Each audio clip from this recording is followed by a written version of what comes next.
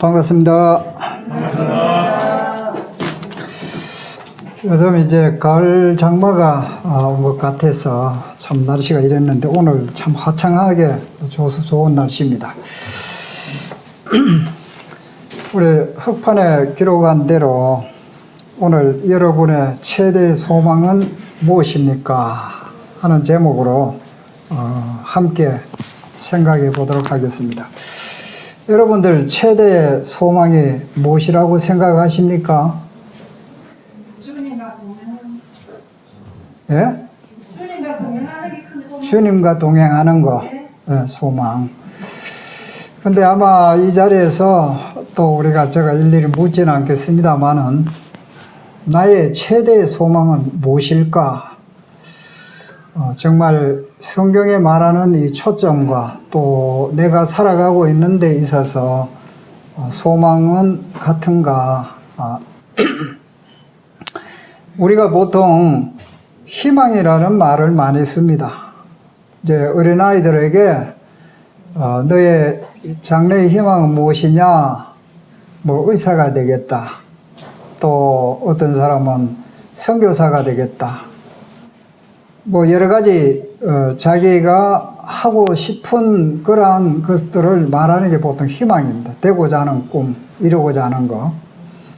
그런데 이 소망이라는 이 단어는 우리 그리스도인들에게 특별하게 사용되는 이 단어가 이 소망입니다. 그래서 이 소망이라는 것은 희망은 내가 이룰 수도 있고 이루어지지 않을 수도 있습니다. 그건 하나의 내 희망사항이죠. 그러나 이 소망은, 이 성경에서 말하는 이 소망은 약속이 되어 있는 겁니다. 약속이.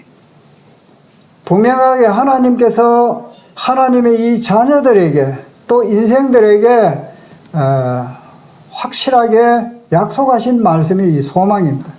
하나님의 약속을 근거로 해서 하신 말씀이 이제 소망이다, 이렇게 말할 수 있습니다. 그렇다면 여러분들 이제 뭐 이 땅에서 소망이 뭐냐 이렇게 할 때에 어떤 사람들은 잘 먹고 잘 살고 좋은 직장 갖고 또 좋은 사람하고 결혼하고 또 행복하게 살고 소박하게 살고 이런 어떤 이 얘기를 하는 것들 보게 되는데, 이거는 이제 믿지 않는 세상 사람들이 가는 하나의 꿈이라 이렇게 희망이라고 할 수 있겠지요. 그러나 이제 성경적으로 말하는 이러한 소망은 어떤 것일까? 가장 바람직한 것이 어떤 것일까? 나는 이 주님 안에서 살고 있으면서 나의 가장 큰 소망은 무엇일까? 이게 이제 분명하게 우리가 이 초점이 맞춰지지 않으면은 이 목표를 향해서 가는 게 아니라 엉뚱한 방향을 향해서 우리가 많은 인생을 허비하고 낭비하는 그러한 삶을 살 수가 있습니다.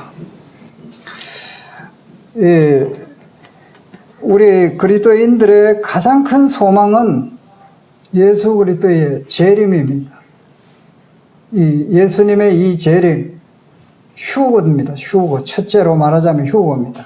재림이고 주님과 함께 사는 것이 이 최대의 소망입니다. 우리가 휴거가 되어서 이제 하늘나라에 올라가게 되면은 주님과 함께 사는 겁니다.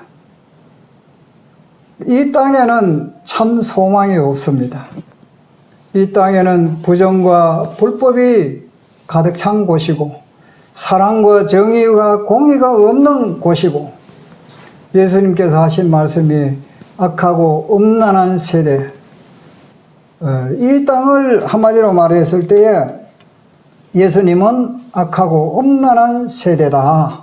말할 수 없이 악하고 부정되고 불법하고 이와 같은 이 세상의 삶이 이 세상이 바로 이와 같은 곳이라는 거죠. 여기에 우리가 진정한 행복과 만족과 기쁨을 찾을 수가 없습니다. 이 세상에는. 그런데 우리 그리스도인들마저도 이 세상의 소망을 두고 있다고 한다면 이거는 큰 착각이죠. 없는 곳에서 내가 바라는 그 신기루를 찾는 것처럼 가보면은 또 없다는 거죠. 그래서 우리 인생은 양파와 같다. 까도 알맹이가 나오지 않고 껍질만 계속 나온다 이거죠. 한 목표에 다다르면은 또 그 목표 저 너머에 또 나를 기다리고 있고 가도 이제 내 마음의 진정한 그 목표에 이를 수 없는, 그러나 이 사탄은 우리를 얼마나 강력하게 속이기 때문에 정신을 차리지 아니하면은 우리는 깜빡 넘어가게 되는 것입니다. 그래서 이 세상은 이 악한 자 안에 처한 것이다. 우리는 하나님께 속해 있고 하나님의 자녀고 또 하늘나라의 신분을 가지고 있고 시민권이고, 그러면서 이 세상에 사는데 이 세상은 사탄이 지배하는 곳입니다. 이 악한 자 안에 온 세상은 처해 있습니다. 그래서 이 세상에는 진정한 소망을 우리가 기대할 수가 없다 하는 겁니다. 이 시편에 보면 그 모세가 시편 90편의 10절에 이제 기록하기를 인생의 연수가 70이요 강건하면은 80이라도 인생의 자랑은 수고와 슬픔뿐이요. 인생의 자랑은 뭐라 그래서요? 예, 수고와 슬픔뿐이다 이렇게 하면 하나님이 우리 인생을 보실 때 이렇게 말씀하셨어요. 인생이 70이요 건강하면 80이라도, 지금 우리 한국에 너무 잘 먹고 잘 사니까 뭐 평균 연령이 80 넘어갑니다. 그런데 전부 다 보면 아주 장수하다 하는 그러한 가운데 살고 있습니다. 그런데 인생에 70이요 80이다 연수가. 이 자동차는 이 연식이라 그러죠. 몇 년식이냐. 지금 여러분들은 연수로 몇 연수입니까? 저는 이제 70연수입니다. 70연수가 이 성경에 이제 보통 정도는 사한 것 같아요. 인생의 연수가 70이요. 강건하면 80이라도. 그러면 여러분들 지금 뭐 30연수가 되었다. 연수라 하니까 좀 말이 이상하죠. 그런데 연수가 70이 됐든 60이 됐든 50이 되었든 또 지금 20연수가 되었든 간에 여러분들 지금 현재 상태에서 야, 나는 정말 자유롭고 행복하고 만족하고 정말 걱정 근심이 없고 그렇습니까? 우리는 지금 이 세상에 태어나는 순간부터 우리 한국의 환경에서는 4살, 5살도 안 되었는데 가방 메고 어린이집에 가요. 가기 싫어도 울면서 갑니다. 이 고생길이잖아요. 쉽게 말하자면. 학생들이 공부 좋아해서 거기에다가 딱 갇혀서 공부합니까? 자유가 없지만은 제도에 의해서 하게 됩니다. 그래서 자라가는 환경이 과정마다 나름대로 수고하지 않으면 안 돼요. 학생이 공부하는데 막 졸음은 오고 머리에는 잘 안 들어가고 또 이거는 어려운데 잘 안 되고 하더라도 해야 되는 겁니다. 직장에 나가는 사람들이 힘들어도 그걸 버텨야 돼요. 수고해야 대가가 나와요. 그러니까 우리 인생은 이제 뭔가 지각이 있을 때부터 우리가 살아가면서 20대면 20대만큼 수고와 슬픔이고 30대는 30대만큼 수고와 슬픔이고 40대는 40대대로 제가 지금 이제 이 나이가 되었습니다만은 이 정확하게 얘기를 할 때에 여러 가지 희로애락이 참 많았습니다. 직장 생활도 만만치 않았습니다. 그런데 이것이 결산하자면은 수고와 슬픔이다. 하나님께서 하신 말씀이에요. 그것이 진리라는 것을 경험하게 됩니다. 20대는 30대 이제 결혼하고 하면 또 행복해질 것이지. 참 좋은 이제 그런 꿈을 꿉니다. 그러나 현실은 그렇지 않다는 거죠. 직장 생활해야 되고, 가정을 돌봐야 되고, 가정적으로는 아이를 낳아야 되고, 양육을 해야 되고, 집안 살림을 돌봐야 되고, 끊임없이 일이 벌어지는 겁니다. 그런 이러한 인생의 길에 이 수고와 슬픔 많은 이러한 인생이라는 거 우리가 알고 있는 것이죠. 사실은 이런 환경 속에서 우리의 나의 소망은 무엇이냐 하는 것입니다. 그런데 우리 주님께서는 이 자녀들을 참 사랑하십니다. 사랑하시면서도 하나님께서 뭘 주십니까? 우리 인생들에게 그 하나님께서 그 예레미야 3장에 33절에 보면은 주께서 인생으로 고생하게 하시며 근심하게 하시면 본심이 아니시로다. 인생에게 고생하게 하시며 근심하게 하시면, 이 고생하게 하고 근심하게 하는 것은 누가 이렇게 하도록 정하셨느냐? 하나님이 이렇게 하셨다는 거예요. 고생하게 하시며 근심하게 하심. 하나님 뜻이에요. 만약에 이 고생도 없고 근심도 없고 하면은 사람이 기고만장할 겁니다. 감사도 없고 지금 뭐 풍요로운 이 사회 속에서는 웬만큼에가 감사하는 마음이 없어요. 감사하다고도 하지 않아요. 그러나 힘들고 어려운 이 헝그리 정신을 가졌던 노인들은요, 사탕 하나만 줘도 감사합니다 이러거든요. 감사합니다, 고맙습니다. 그런데 여러분들에게 뭐 사탕 하나 또 웬만한 선물 하면은 감사하는 마음을 가지고 있습니까? 감사의 표현을 합니까? 그러니까 이 풍요로우면은 이 인간이 하나님이 원하시는 그런 사람이 못 되는 거예요. 타락하고 방자하고 교만하고 하나님 앞에 감사할 줄 모르는 거예요. 그래서 인생으로 고생하게 하시고 근심하게 하심이 하나님의 본심은 아니시다 이거죠. 부모가 자녀 사랑하는데 그 고통 속을 번연히 알면서 왜 그렇게 그 고난의 환경 속으로 몰아붙이느냐? 모든 그런 환경과 역경을 이겨낼 수 있는 힘을 주기 위해서 힘드는 거 알면서도 시키는 거예요.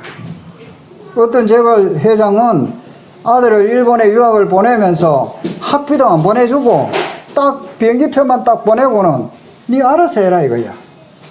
아르바이트를 하든지 노동을 하든지 그렇게 해서 강력하게 뭔가 강연하게 자라게 하기 위해서 그 부모가 그런 기대를 가지고 한다는 것입니다. 그래서 이 하나님께서 우리 인생을 이렇게 참 고생시키시고 근심하게 하시는 것도 이것도 하나님의 은혜이기 때문에 우리를 위한 것이기 때문에 우리는 범사에 감사하고 또 기쁨으로 우리는 받아들여야 하는 것입니다. 이러한 수고하고 슬픔 속에 또 고생하고 있는 인생들을 향해서 하나님은 속히 데리고 보고 싶어 하시는 겁니다. 그래서 요한계시록 우리가 22장 말씀을 한번 보겠습니다. 요한계시록 22장 12절 말씀을 먼저 한번 찾아보겠습니다. 요한계시록 22장 12절. 보라, 내가 속히 오리니 내가 줄 상이 내게 있어 각 사람에게 그가 행한 대로 갚아주리라. 예수님께서 내가 속히 오시겠다 이렇게 말씀하셨습니다. 수고하고 슬픔 속에 또 이 고통 속에 살아가는 이러한 주님의 자녀들을 향해서 내가 속히 오겠다. 속히 오겠다. 주님은 우리 이 자녀들을 속히 보시고 싶고 이 천국으로 빨리 데려오시고 싶은 간절한 그 사랑의 주님의 마음을 우리가 읽을 수 있습니다. 하루가 천년같이 천년이 뭐 하루같이 이 고생하는 것을 생각하면 하루가 천년 같다. 너무 이 고생하는 것이 참 안타깝다. 아마 그런 마음을 갖고 계시지 않겠습니까? 그래서 내가 속히 오시겠다 했어요. 그 속히 오는 것을 이 자녀들을 데려가시고 싶은 거예요. 그런데 내가 줄 상이 내게 있어 각 사람에게 그가 행한 대로 갚아주리라. 우리가 이 땅에 사는 동안에 그냥 막 살면 되느냐 아니죠. 우리 주님의 뜻 가운데 살아야 되는데 각 사람에게 그가 행한 대로 내가 상을 주겠다는 거예요. 상을 주겠다. 한마디로 말하면은 주님의 말씀 순종 잘하고 주님의 뜻대로 잘 살아가면은 주님이 이뻐하는 짓 하면은 내가 상을 주겠다는 거예요. 예를 들어 가지고 이 나그네에게 물 한 잔 주는 것도 그 상을 내가 잃지 않겠다는 겁니다. 주님을 사랑함으로 주님 앞에 헌신하고 또 내 시간을 드리고 이 모든 시간은 다 주님의 것이지만 주님을 위해서 내가 시간을 드리고 물질을 드리고 선한 일을 행하고 뜻을 행하게 되면은 주님의 뜻을 행하게 되면은 주님께서 상을 주시겠다는 거죠. 이 땅에 우리는 뭐를 준비해야 됩니까? 상 받을 준비해야 된다. 상 받을 준비. 주님 앞에 섰을 때에 나에게 주어질 상이 얼마나 될까? 그거 상 준비하는 게 이 땅에 사는 우리의 삶입니다. 쉽게 말하자면. 이 사도 바울은 상주심을 내가 바라보고 쫓아간다 했어요. 상주심을 바라보고. 그러니까 이 사도 바울의 이 삶은 거기에다 초점을 맞춘 거예요. 이 땅에 그냥 뭐 이래도 한 세상 저래도 한 세상이 아니라 하나님이 원하시고 기뻐하시고 선하신 뜻이 무엇인지를 알아서 그렇게 살아가는 것은 뭐냐? 상주시님을 바라보는 그러한 삶인 것입니다. 그래서 이 땅에는 우리가 상 받을 준비하는 곳이다. 상 받을 준비를 하는 곳이다 하는 것입니다. 22장 20절에 보면은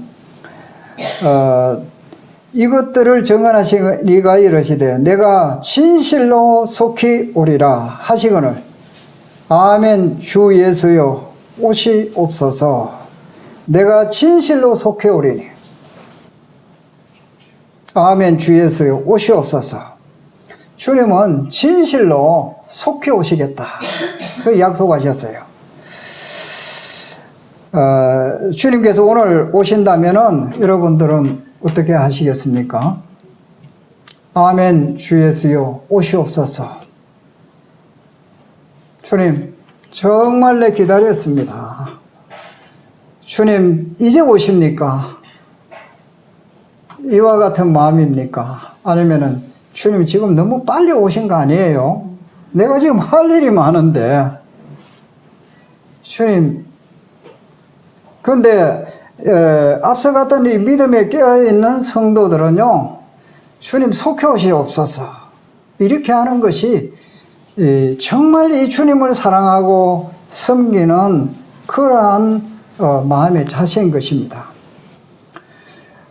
우리 탕자가 왜 그 아버지 집으로 돌아갔습니까? 집으로 갔습니까? 자기가 이제 돈이 있고 형편이 좋을 때는 잘 먹고 잘 살 때는 아버지 생각하지 않았어요. 내 마음대로 살고 막, 내 마음대로 먹고 내 원하는 대로 이렇게 하니까 너무 좋다 이거죠. 그런데 돈 떨어지고 먹을 것도 없고 친구도 다 떠나가고 이제는 완전히 빈털터리가 되고 거렁뱅이가 되었어요. 그 돼지치는 그러한 사람으로까지 전락을 했습니다. 그때 이제 아버지 생각나는 거예요. 그때. 근데 우리 좋은 환경 되면은 아버지를 사랑 안 한다는 거죠. 쉽게 말하자면 크게 사랑 안 해요. 덜 사랑합니다. 좋은 환경 되면은 덜 사랑해요. 우리가 이 네로 황제 때에 이 초대교회 성도들이 카타콤에 굴에 숨어 들어가고 막 화형시키고 사자굴에 던져넣고 쫓겨다니면서 막 숨어 다니고 이렇게 했을 때 그 기독교인들을 고난을 주고 말할 수 없는 핍박을 했을 때에 그들은 어떻게 했습니까? 주 예수여 속효하시옵소서. 고난의 절정일 때는 주님 더욱더 찾아요. 주님 왜 빨리 안 오십니까? 나를 왜 빨리 안 데려가십니까? 그런데 잘 먹고 잘 살고 이래 되면은 마음이 느슨해져 가지고 주님을 찾지를 않아요. 그렇게 절박하게 덜 찾는다 이거죠. 그런데 우리가 이 좋은 환경 때에 절박하게 상한 심령을 가지고 통회하는 마음을 가지고 주님을 사랑하고 주님 속효하시옵소서. 날마다 주님을 기다리는 이런 주님의 깨어있는 이 자녀들을 보면은 우리 주님께서 얼마나 기뻐하시겠습니까? 주님께서 우리에게 바라는 것은 이와 같이 자기를 찾는 자들, 주님의 오심을 고대하는 자들, 마라나타 주 예수여 오시옵소서, 속효오시옵소서. 이러한 그 가난한 심령들을 주님은 찾고 계십니다. 기뻐하십니다. 이 사도 바울은 어떻게 고백했냐면은 고린도후서 5장 8절에 보니까 우리가 담대하여 원하는 바는 차라리 몸을 떠나 주와 함께 있는 것이라. 그런즉 우리는 몸으로 있든지 떠나든지 주를 기쁘시게 하는 자 되기를 힘써노라. 이 사도 바울은 담대하여 원하는 바는 차라리 몸을 떠나 주와 함께 있는 그것이다 이거죠. 그게 내 진정한 마음이다 이거죠. 진정한 사도 바울의 마음은 몸을 떠나 주님과 함께 가는 것이다. 그러나 내가 몸으로 이 땅에 살든지 또 이제 주님 불러 가든지 내가 살아있는 이 목적은 주를 기쁘시게 함이라 했어요. 주를 기쁘시게 하는 자가 되기를 힘쓴다 했어요. 힘쓴다. 사나 우리나 주나 떠나나 죽으나 주님의 것이고 주님을 기쁘시게 하는 것이 우리의 삶의 본분입니다. 이것이 바로 나를 위한 것이에요. 우리 각자를 위한 것입니다. 빌립보서 1장 23절에 보면은 이 사도 바울은 내가 차라리 세상을 떠나서 그리스도와 함께 있는 것이 훨씬 더 좋은 일이라. 세상을 떠나서 그리스도와 함께 있는 것이 훨씬 더 좋다 했어요. 저도 이제 인생을 이만큼 살아보니까 주님 속해오는 게 좋아요. 지금은 사실은 주님 안에 풍요롭게 살고 있습니다. 그렇지만은 우리가 살아가는 이 세상은 이 모세가 고백한 것처럼 수고와 슬픔이다 이거죠. 수고와 슬픔. 우리가 우리나라의 이 재벌들 보면은요, 하루에 스케줄이 팍팍합니다. 결정해야 될 게 많고, 결제해야 될 일이 많고, 또 여기저기 답사해야 될 일이 많고, 너무 많습니다. 여기 우리, 공무원들요, 시장 정도만 돼도 하루에 이 스케줄 보면 빡빡해요. 저 그런 곳에 근무를 해봤는데, 보면은 하루에 스케줄이 얼마나 바쁜지 몰라요. 여기저기 초청한 데가 많고, 답변해야 되는 데 많고, 해야 될 일이 너무 바쁜 거예요. 그런데 수고해야 됩니다. 수고해야 돼요. 무슨 일을 하든지 수고하지 않고는 안 돼요, 지금. 이 농사 짓는 것도 공짜로 만약 땅을 준다 하더라도 내가 거기에 수고하지 않으면 열매는 하나도 기대할 수 없어요. 그러니까 이 세상에 공짜는 없다 하는 말 것처럼 수고입니다. 수고. 그리고 거기에 오는 여러 가지는 이 결과적으로는 슬픔이라는 거죠. 우리가 이 건강하게만 살니까 질병 속에서 살아가고 이별 속에 살아가고 많은 고통 속에 살아가는 것입니다. 그런데 이 사도 바울은 세상을 떠나서 그리스도와 함께 있는 것이 훨씬 더 좋다. 그래서 저도 주님이 부르시면 또 주님이 오시면 참 좋겠다. 오늘 오시면 나 더 좋겠다. 그만큼 수고를 하지 않고 주님이 계신 그곳에 빨리 갈 수 있다는 거죠. 그러면 이제 우리가 데살로니가 오늘 이 4장에 있는 말씀을 통해서 좀 더 생각을 한번 해보겠습니다. 데살로니가 전서 4장 13절부터 여러분들 성경을 찾아서 보도록 하겠습니다.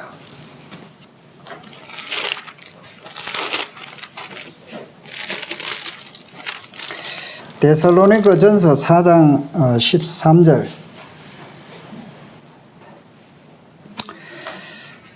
13절에서 18절까지 우리 다 같이 한번 읽어보도록 하겠습니다. 데살로니가 전서 4장 13절 시작. 형제들아, 자는 자들에 관하여는 너희가 알지 못함을 우리가 원하지 아니하노니 이는 소망 없는 다른 이와 같이 슬퍼하지 않게 하려 함이라. 우리가 예수께서 죽으셨다가 다시 살아나심을 믿을진대 이와 같이 예수 안에서 자는 자들도 하나님이 그와 함께 데리고 오시리라. 우리가 주의 말씀으로 너희에게 이것을 말하노니 주께서 강림하실 때까지 우리 살아남아 있는 자도 자는 자보다 결코 앞서지 못하리라. 주께서 호령과 천사장의 소리와 하나님의 나팔 소리로 친히 하늘로부터 강림하시리니 그리스도 안에서 죽은 자들이 먼저 일어나고 그 후에 우리 살아남은 자들도 그들과 함께 구름 속으로 끌어올려 공중에서 주를 영접하게 하시리니 그리하여 우리가 항상 주와 함께 있으리라. 그러므로 이러한 말로 서로 위로하라. 여기에 4장 13절에 보면은 형제들아, 자는 자들에 관하여는 너희가 알지 못함을 우리가 원하지 않는다. 이 알지 못하기를 원하지 않는다. 역설적인 방법인데 너 꼭 알아야 된다 이 말이죠. 알아야 된다. 강조를 할 때에 알지 못하기를 원하지 않는다. 꼭 알아야 된다. 그 말이죠. 근데 여기 이제 뭐를 알아야 되느냐? 자는 자들에 대해서. 이 자는 자들은 이 현대인 성경에는 보면 우리는 여러분이 이미 죽은 사람에 대해서 모르는 것을 원치 않습니다. 자는 자들은 죽은 자들을 우리 주님은 뭐라고 말씀하시느냐? 자는 자들이다. 자는 자는 깨어난다 이 말이죠. 깨어난다. 이 육체가 이 땅에 묻어 있는데 깨어난다 하는 겁니다. 자는 자들도 그 자는 자들에 대해서 알지 못하기를 원치 않는다 했습니다. 그러면 여기 이 절마다 그게 다 나와 있어요. 14절에 보니까 이 중간에 예수 안에서 자는 자들도 하나님이 그와 함께 데리고 오시리라. 자는 자들도. 15절에 보니까 우리 살아남아 있는 자도 자는 자보다 결코 앞서지 못하리라. 그 다음에 16절에는 보니까 그리스도 안에서 죽은 자들이, 이 죽은 자들이 바로 그리스도 안에서 자는 자들이 하는 말하고 똑같은 거예요. 그 다음에 또 17절에 보면은 그 후에 우리 살아남은 자들도 그들과 함께 이건 이제 자는 자들을 말하고 있습니다. 그런데 이제 여기 보면은 이 자는 자들에 대해서 알지 못하기를 원하지 않는다. 이 사도 바울은 이 자는 자들, 죽은 자들이 앞으로 어떻게 될 것인가 하는 것을 말씀을 하고 있습니다. 이 43절에 보면은 왜 알지 못하는 우리가 원하지 않느냐? 이는 소망 없는 이와 같이 슬퍼하지 않게 하려 함이라. 우리가 이 장례식에 이제 가게 되면은 어떤 사람은 정말로 애절하게 막 엄마 부르면서 슬퍼서 비통하게 우는 것을 보게 됩니다. 그 상황마다 이제 나이가 들어서 돌아가신 분도 있고 나이가 젊어서 돌아가신 분도 있는데 그 자녀들이 엄마를 아버지를 그렇게 목나우는 것을 보게 됩니다. 왜냐하면 그들은 이제 이 한 번 가게 되면 다시는 오지 못할 것이고 보질 수 없는 그러한 관계로 생각하기 때문에 그들은 이제 이 세상 떠나면 끝이다 이렇게 이제 생각하기 때문에 너무너무 슬픈 거예요.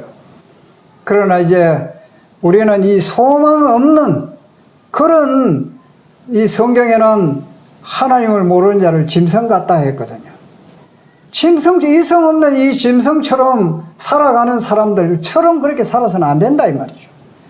소망 없는 그러한 자들과 같이 슬퍼할 일이 아니다. 우리는 소망을 가지고 있다. 소망을. 우리의 최대 이 소망은 뭐냐 이거죠. 소망을 가지고 있다. 그 다음에 이제 14절에 보면은 우리가 예수께서 죽으셨다가 다시 살아나심을 믿을진데 우리 소망의 근거는 뭐냐? 예수 그리스도의 부활입니다. 예수 그리스도의 부활이 없다고 한다면은 우리 소망이 없어요. 예수 그리스도에 죽으셨다가 다시 살아나심을 믿을진데 이와 같이 예수 안에서 자는 자들도 죽은 자들도 하나님이 그와 함께 데리고 오시리라. 그와 함께 이 죽은 자들도 예수 안에서 죽은 자들도 하나님이 그와 함께 데리고 오시리라. 지금 우리가 이 세상에 죽음이라는 것을 그리스도 안에서 죽는다고 했을 때 죽으면 어디로 갑니까? 아까 보면은 그리스도와 함께 있는 것이 훨씬 좋다. 이 담대하여 원하는 바는 차라리 몸을 떠나 주와 함께 있는 것이다. 죽으면 우리는 이 영은 주님과 함께 있는 거예요. 주님과 함께 있어. 주님 나라에 있어요. 그러면은 이제 예수님께서 이제 나중에 이제 16절에 재림하게 되실 때에 하나님께서 그와 함께 그들을 데리고 오신다는 거예요. 그와 함께 그들을 이 주님과 함께 이 땅에 죽은 성도들을 하나님이 데리고 오신다 이 말이죠. 하나님이. 그래서 우리의 이 소망의 근거는 예수 그리스도의 부활이다. 우리는 여러분들 예수께서 죽으셨다가 다시 살아나심을 믿습니까? 그 믿는다는 것은 예수님이 부활의 첫 열매가 되셨고 우리도 부활한다는 거예요. 부활한다. 예수님이 오실 때에 우리 예수님의 두 번 오시는데 그걸 재림이라고 말할 때에 공중재림이 있고 지상재림이 있어요. 공중에서 예수님이 우리를 데리러 오시는 걸 가지고 공중재림이다.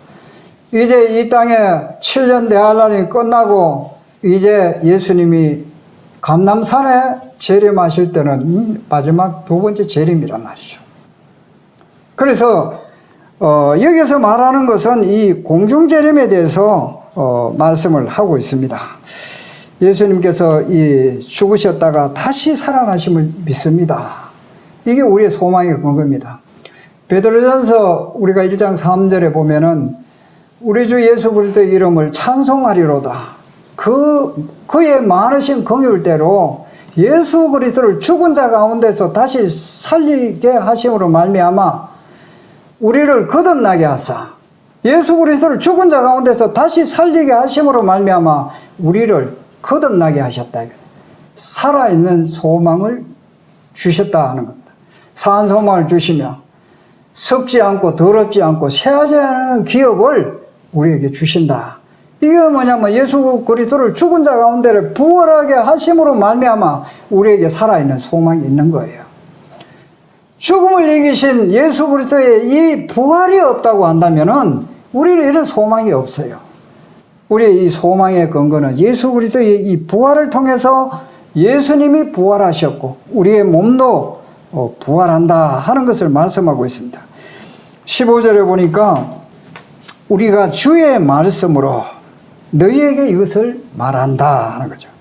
주께서 강림하실 때까지 재림하실 때까지 다시 오실 때까지 우리 살아남아 있는 자도 자는 자보다 죽은 자보다 결코 앞서지 못하리라. 16절에 보면은 주께서 호령과 천사장의 소리와 하나님의 나팔 소리로 친히 하늘로부터 강림하시리니. 누가 강림합니까? 친히 주님이 강림하신다 이거죠. 공중에 주께서 호령과 천사장의 소리와 하나님의 나팔 소리로 친히 하늘로부터 강림하신다, 내려오신다는 거죠. 그리스도 안에서 죽은 자들이 먼저 일어나고 부활의 순서가 죽은 자들이 먼저 일어난다는 거죠. 그 후에 다음에 우리 살아남은 자들도 그들과 함께 구름 속으로 끌어올려 공중에서 주를 영접하게 하시리니. 공중에서, 이 공중에서 우리는 주님을 영접하게 된다 하는 거죠. 구름 속으로 끌어올려, 이걸 가지고 휴거다, 휴거. 휴거라는 이 단어를 찾아보면은 공중 속으로 우리 끌어올리는 게 이게 휴거입니다, 휴거. 이 공중 속으로 끌어올려서 어떻게 됩니까? 우리가 항상 주와 함께 있으리라. 그러므로 이러한 말로 서로 위로하라. 이 마라나타. 우리는 이 최대의 행복은 주님과 함께 있는 것입니다. 이 주님의 나라는 사랑의 나라입니다. 눈물도 없고 고통도 없고 질병도 없고 수고도 없고 참으로 거기에서는 참 자유가 있고 정의와 공의와 평화의 나라. 여기는 이별도 없고 죽음도 없고 아픔도 없습니다. 이 주님의 나라에서 함께 누리는 것이 이 그리스도인들에게 최대의 소망이 되어야 된다. 예수 그리스도의 다시 오심. 여러분들 2000년 이상 그리스도 안에 있는 자들이 얼마나 많겠습니까? 구원받은 땅에 묻혀있는 수많은 이 세계에 살았던 사람들이 한꺼번에 말이죠. 이 땅에서부터 갑자기 이 고린도전서 15장 51절에 보니까 내가 너희에게 비밀을 말한다. 보라, 내가 너희에게 비밀을 말하노니. 고린도전서 15장 51절에 우리가 다 잠잘 것이 아니요 마지막 나팔에 순식간에 후련히 변화되어, 순식간에 눈 깜짝할 사이에 후련히 우리 몸이 거룩한 몸으로, 신령한 몸으로 변화를 받는다는 거예요. 변화를 받아서 공중에서 우리가 참 혼인잔치가 벌어진다 이렇게 말하고 있습니다. 이 7년 대환란 전에 우리가 분별할 때는 7년 대환란을 우리는 경험하지 않고 그 전에 우리는 공중에 재림할 것을 우리는 믿습니다. 그러나 그렇지 않은 분들도 많이 있는 것 같아요. 그런데 여기에서 이제 공중에서 이렇게 수많은 사람들이 부활을 해서 공중에 갑자기 호련히 순식간에 변화되어 가지고 샥 올라. 이제 우리가 left behind 해가지고 그 휴거를 그렇게 말하고 있어요. 뒤에 남아 있는 자. 휴거가 되어버리면 어떻게 됩니까? 보니까 거기에 바지 옷들은 전부 다 고스란히 나누고 몸만 싹 빠져가지고 신령한 몸으로 바뀌어지는 거예요. 그런데 이 휴거가 되는 이 삽시간에 전 세계적으로 일어날 일이 이 휴거다는 겁니다. 이게 하나님의 약속이에요. 여러분들 이거 믿습니까? 이게 우리의 소망입니다. 소망. 주님이 이렇게 휴거될 때에 내 몸이 변화되어서 수고와 슬픔 밖에는 없다고 하는 이 땅에 살면서 우리가 하나님이 주시는 기간 동안은 열심히 살아야 되겠지만은 휴거대가 올라갈 때에 그 속에 나도 포함되어 있다. 얼마나 행복하겠습니까? 그런데 그때에 남는 자들은 참으로 그만큼 비참하고 불행한 일이 없을 것입니다. 누구든지 예수 그리스도를 믿고 주와 구주로 믿는 자들은 그 그 영광스러운 주님의 그 재림 나팔에 휴거되어 올라가는데, 이때에 이 지상에는 엄청난 일이 벌어진다는 거죠. 지금 생존해 있는 수많은 그리스도인들이 삽시간에 사라집니다. 지금 우리 어린아이들은 이 지각을 참 선악을 분별할지 옳게 못하는 판단 능력이 없는 이 어린아이들은 천국에 간다고 이렇게 분별하고 있습니다. 그러나 분별할 수 있는 이러한 가운데서도 하나님의 사랑을 거절하고 예수 그리스도의 구원자인 예수 그리스도를 거절함으로 인해서 어떻게 됩니까? 남아있는 자가 된다 이 말이죠. 예, 주님의 이 부활, 이거는 정말 장엄한 순간인 동시에 이 지상에는 말할 수 없는 전무후무한 재앙을 경고하고 있습니다. 예, 하나님의 말씀을 수도 없이 듣고 있으면서도 거듭나지 못한 자, 그리스도 안에 들어오지 못한 자, 구원받지 못한 자는 하나님의 이 사랑의 경고를 무시하고 귀 밖으로 내놓는, 듣지 않는 사람들은 이 버려진 자가 된다는 거죠. 주님 앞에, 주님이 부활하실 때에, 공중에 재림하실 때에 내가 들릴 받을 수 있다는 것은 얼마나 주님 앞에 큰 이 축복입니까? 여기 보면은 그때는 이 휴거의 이 시점은 아무도 모른다고 했습니다. 그때와 그 시기는 아무도 모르고 도적같이 오신다고 했습니다. 이 대혼란이 이제 휴거가 되면 벌어지는데, 보면은 이 부부 중에 아내는 올라가 버리고 남편이 남아있고 자녀는 올라가 버리고 부모는 남아있고, 뭐 운전하고 가다가 비행기 조종하고 가다가 또 의사가 수술하고 있다가 갑자기 사람이 사라져 버린 거예요. 이 세상에 이런 일이 어디 있느냐 이거죠. 한 번도 경험하지 못한 그러한 일이 어느 한 지역이 아니고 어느 한 나라가 아니고 전 세계적으로 이와 같은 일이 분명히 발생된다 하는 것이 이 하나님의 말씀에 대한 우리의 소망입니다.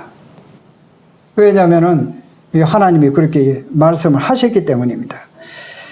그래서 이 지상에는 뉴스대에서 특별로 보도가 되면서 이번에 이제 레프트 비하인드 그걸 이제 전에도 한번 봤어요.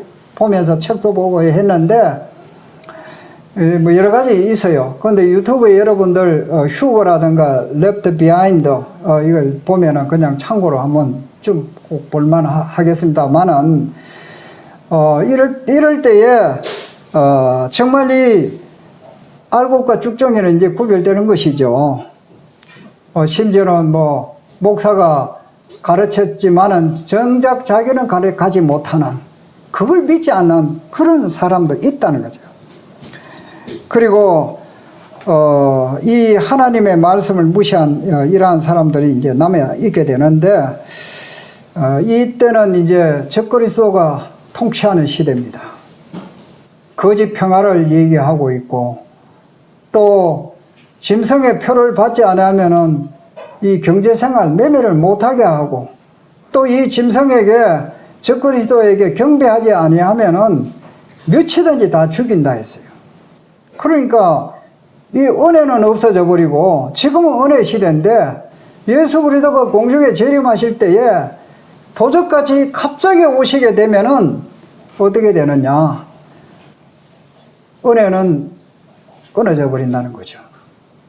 아마 어떤 사람들은 그렇습니다. 이 7년 달랑따에 구원받을 수 있는 방법은 순교하는 방법밖에 없다. 주 예수 그리스도의 그 구원의 은혜를, 그 구속의 그 놀라운 비밀을 깨닫고 정말 죽음으로써 예수 그리스도를 믿고 또 죽음으로써 구원을 받을 수 있다는 거죠. 그러니까 우리가 이 땅에 살고 있는 동안에 하나님 앞에서 참 우리의 이 그리스도인의 최대 소망은 바로 예수 그리스도의 다시 오심이다 하는 것입니다. 그래서 이 명목상의 이 교인들은 엄청난 충격에 빠질 것입니다. 한국에 주여 주여 하면서 하나님의 이름을 부르는 수많은 이 사람들이 있습니다. 이 명목상 진실로 믿지 않고 입술로만 하나님 사랑하고 하나님 믿고 이러한 사람들은 이 들림을 못 받고 남아있는 이 7년 대환란 속에 들어가는 거예요. 엄청난 충격에 빠질 것입니다. 그러면 이 그리스도인이 사는 이 땅은 우리가 어떻게 인식을 해야 되느냐? 정착지가 아니다 하는 것입니다. 잠시 거처하는 곳이다. 이 다윗의 고백을 우리가 한번 들어보면은 역대상 29장 15절을 한번 보겠습니다. 역대상 29장 15절.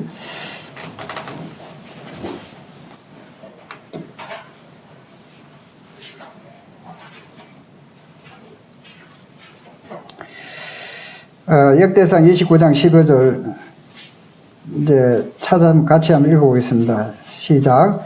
우리는 우리 조상들과 같이 주님 앞에서 이방 나그네와 거류민들이라 세상에 있는 날이 그림자 같아서 희망이 없나이다.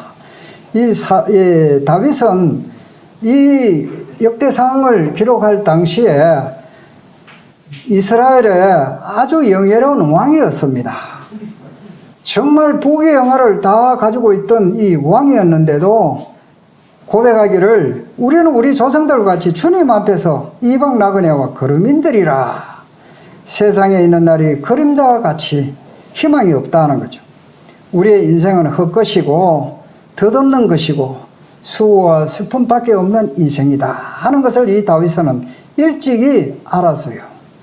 그래서 우리는 이 그림자와 같은 인생, 희망이 없다, 기대할 것이 없다. 이 땅에서는 하나님의 이 땅에 우리를 살게 하신 것은 하나님의 뜻을 이루기 위한 것이지 이 땅에는 정말 희망도 없고 소망도 없다는 거죠. 주님 앞에서 우리가 봤을 때에 영원한 그 영광을 누릴 이 하나님의 나라의 영광을 생각하면 이 땅에 사는 것은 너무나 초라하고 비천하고 이거는 비교할 가치도 없다는 것이죠. 이 다윗은 이와 같이 알았습니다. 그러면 이 베드로 사도는 어떻게 고백을 하고 있느냐? 베드로전서 1장 17절을 한번 보면 17절, 2장 11절 있기 때문에 1장 17절 한번 보겠습니다. 17절 외모로 보시지 않고 각 사람의 행위대로 심판하신 이를 너희가 아버지라 부른 적 너희가 나그네로 있을 때를 두려움으로 지내라. 베드로전서 2장 11절에는 사랑하는 자들아 거류민과 나그네 같은 너희를 권하노니 영혼을 거슬러 싸우는 육체의 정욕을 제어하라. 이 베드로는 나그네, 우리 인생을 나그네라 그랬습니다. 거류민과 나그네라 했습니다. 이 전도자 이 솔로몬은 부귀 영화를 다 누리고 고백하기를 헛되니 해 아래 수고하는 것이 모든 것이 헛되다. 이 땅에서 수고하는 모든 거 헛된 것이다 하는 거죠. 헛된 것이다. 이 하나님의 그 영광과 그 나라에서 누릴 것과 비교하면은 이 세상의 것들은 정말 헛된 것이다. 그래서 우리가 항상 초점을 맞춰야 될 것은 이 본향을 그리워하고 주님 앞에 설 것을 생각하고 거기에다가 우리가 초점을 맞춰야 되는데 이 땅은 정착지가 아닌데도 불구하고 여기에 땅에다가 소망을 두고 희망을 두고 여기에다가 집중 투자를 하고 있다 이거죠. 이 주님 앞에 갔을 때에 벌거숭이처럼 부끄러운 이런 구원을 우리는 받아서는 안 된다 이거죠. 주님의 말할 수 없는 은혜와 사랑으로 우리가 구원을 받았는데 이 롯과 같이 불에 거슬리는 거 아무것도 주님 앞에 내놓을 수 없는 부끄러운 그러한 우리의 삶을 살 수가 있다는 거죠. 이 나그네와 거류민이다 하는 이러한 나의 본분이 이 처한 입장이 어떠한 건지를 우리는 알고 이 땅에 살아야 된다는 거죠. 이 땅에 소망을 두고 영원한 정착지인 것처럼 땅에다가 소망을 두고 있는 것은 이 주님 앞에 부끄러운 일이다 하는 것입니다. 그래서 예수님께서는 너희 보물을 하늘에 쌓아두라. 하늘에 저축하라는 거예요. 하늘나라에 저축하라. 이 땅에 있는 소망을 가지고 저축하지 말고 하늘나라의 소망을 가지고 진정 내가 있을 곳은 이 본향 천국이고 이 땅에는 거류민이다. 나그네다. 이것을 우리는 신분을 처지를 잊어버리면 안 되겠습니다. 그래서 우리가 이 주님 앞에 갔을 때에 우리의 이 소망이 정말 무엇냐. 그러면 이제 시간이 참 많이 되었습니다만은 결론적으로 그러면 주님의 오심을 어떻게 준비해야 되느냐. 말씀으로 대체하도록 하겠습니다. 베드로후서 3장 11절 12절 이 말씀을 같이 한번 읽어보도록 하겠습니다. 주님의 오심을 어떻게 준비해야 할까? 베드로후서 3장 11절 12절 다 같이 한번 읽어보겠습니다. 시작. 이 모든 것이 이렇게 풀어지리니 너희가 어떠한 사람이 되어야 마땅하냐? 거룩한 행실과 경건함으로 하나님의 날이 임하기를 바라보고 간절히 사모하라. 그날에 하늘이 불에 타서 풀어지고 물질이 뜨거운 불에 녹아지려니와 우리는 그의 약속대로 의가 있는 곳인 새하늘과 새 땅을 바라보도다. 이 베드로 사도는 이 나그네와 거류민들이라고 이렇게 말했고, 그러면은 우리가 어떤 사람이 되어야 마땅하냐?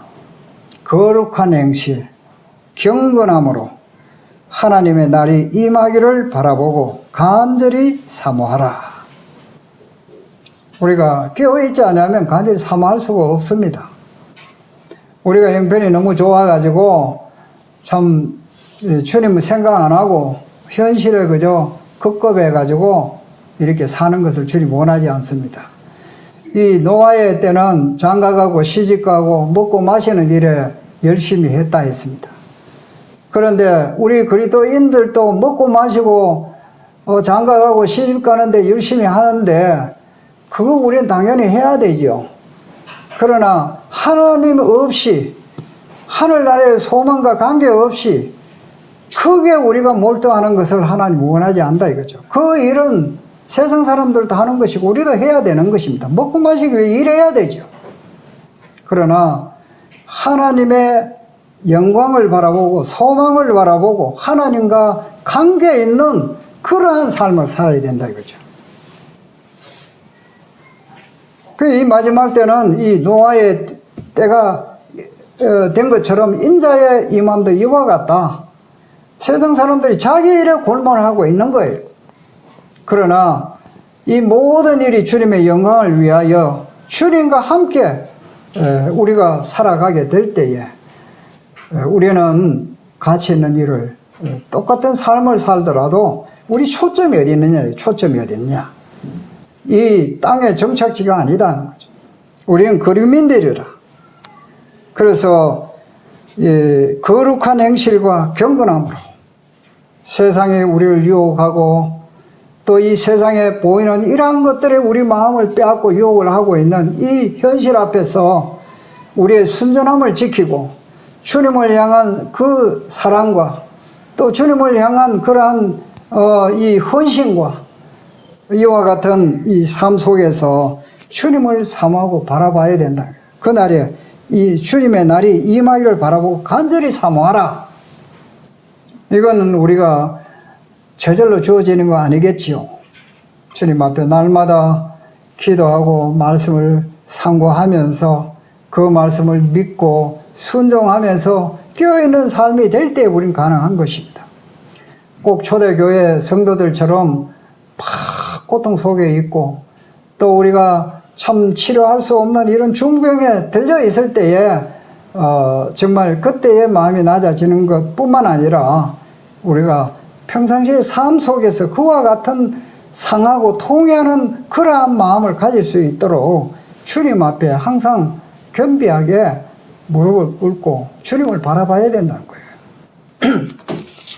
그래서 오늘 제가 이 8월달 날씨는 덥고 한데 무슨 말씀으로 함께 교제할까 이렇게 기도하는 중에서 우리의 나의 최대 소망 이와 같은 이 휴거가 지금 정말 모든 시대적인 징조를 봐서도 마지막 때를 걸어가고 있고 정말 이 휴거가 되는 이와 같은 이 약속, 이 소망을 우리가 생각하면서 우리 삶을 정리하자.